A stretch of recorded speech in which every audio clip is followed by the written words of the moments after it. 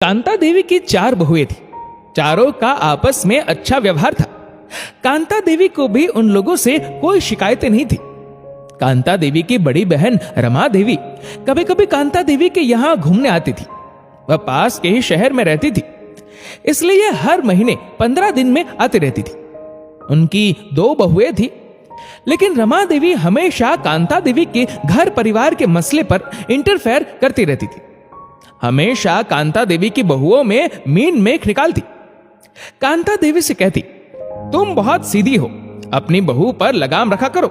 मेरी बहुएं तो बहुत अच्छी है, हमेशा मेरे कहने में रहती है, मुझे कभी उनसे कोई शिकायत नहीं है। लेकिन तुम्हारी बहुएं तुम्हारी ठीक से सेवा नहीं करती और घर के कामों में भी काम चोरी करती है।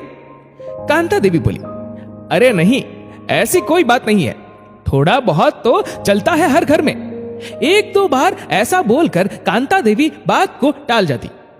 एक बार जब कांता देवी की बड़ी बहू सीमा ने रमा देवी को न सिर्फ कांता देवी बल्कि उसके पति रमेश को भी बरगलाते सुना तो उससे रहा नहीं गया और उसने अपनी देवरानियों को बताया कि मौसी जी मम्मी जी के कान भरती है और हमारे घर में झगड़े करवाती है। ऐसा कई बार हुआ। 1-2 बार छोटी बहुओं ने भी रमा देवी को ये सब करते देखा तो चारों बहुएं कांता देवी के पास गई और बोली, मम्मी जी, मौसी जी की आदत ठीक नहीं है। वो अपनी बहुओं से तो अच्छे से बनाकर रखती है, उनकी कभी बुराइयां नहीं करती, लेकिन आपको हमेशा हम लोगों के खिलाफ बरगलाती है और हम लोगों को भी तो ताने मारती है। ये बात ठीक नहीं है। कांता देवी पर आखिर रमा देवी की बातों का असर हो ही गया। वह बोली, मेरी बहन सही तो कह रही है, कौन सा गलत कह रही है, तुम लोगों की सच्चाई तो बयान कर रही है।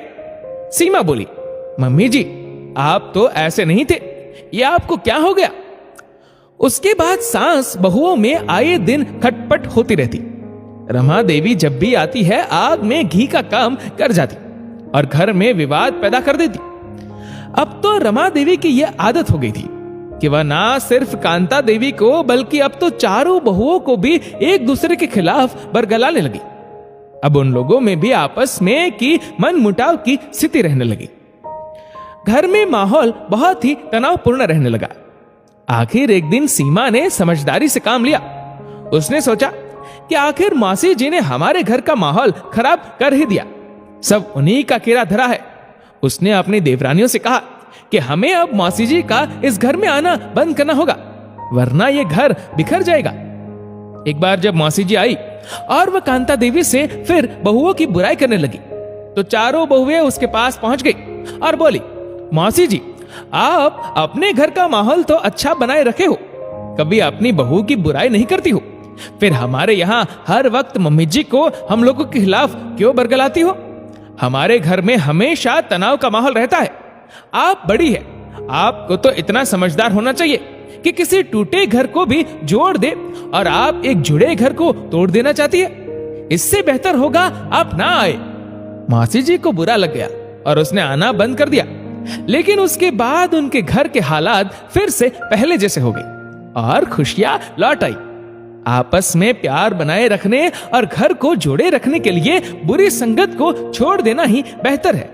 दोस्तों, इस वीडियो को लेकर आपकी क्या राय है नीचे कमेंट करके जरूर बताएगा। और अगर आपको वीडियो अच्छा लगा हो तो इस वीडियो को लाइक करेगा, शेयर करेगा ज्यादा से ज्यादा लोगों तक, और ऐसे ही और भी इंस्पिरेशनल वीडियोस के लिए हमारा फेसबुक पेज आज ही फॉलो करें।